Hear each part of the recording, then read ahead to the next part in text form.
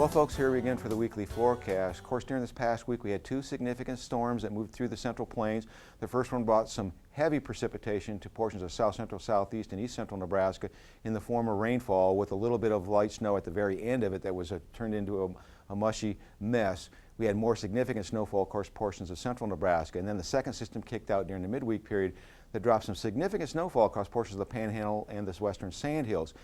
So when we look at this precipitation event from the first storm system, many locations received a winter's worth of precipitation with a single event, and we haven't even really begun winter yet. And in fact, in some locations of southeast and east central Nebraska, we could go precipitation free through the end of March and still be back to normal if we looked at the water year from October 1st to present. So we are having some significant surpluses built with this recent storm system, and unfortunately we don't look to see a very strong likelihood of a white Christmas, but the models have been playing around the last couple of days in regards to this system, and there's an outside chance, and we have to pay attention, that this storm system could be a little bit stronger. It's going to move through during the middle of next week and actually drop some more precipitation that's currently being forecasted. So let's take a look at the upper air models and see what our chances for a white Christmas are.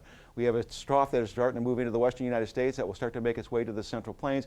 So for today, we're going to see some very warm temperatures for this time of the year, returning to above normal temperatures under fairly benign conditions, basically sunny to partly cloudy conditions. And as we go into tomorrow, we'll start to see that trough rapidly move into our region, so we'll drag a cold front at the surface. And there is a little bit of moisture with this, but it looks like it's going to stay to the south of Nebraska. But the only place that we might see some precipitation will be extreme southeastern Nebraska, and even there it looks like it just be a few sprinkles. And that system moves toward the Great Lakes on Monday, and we basically see a small trough over the northern plains, but for us basically we'll be to the south of that boundary. It looks like fairly benign conditions, although we'll see a slight cooling trend. And as we get into Tuesday, there's indications that we start to see troughing action dig deeper down, bring some cooler air into our region, and we just need the energy to come out through it. So we're still looking at some basically non-precipitation type pattern on Tuesday, but as we get into Wednesday, we start to see a very strong push of cold air coming into our region if the models are correct, and that will generate the possibility of some light snowfall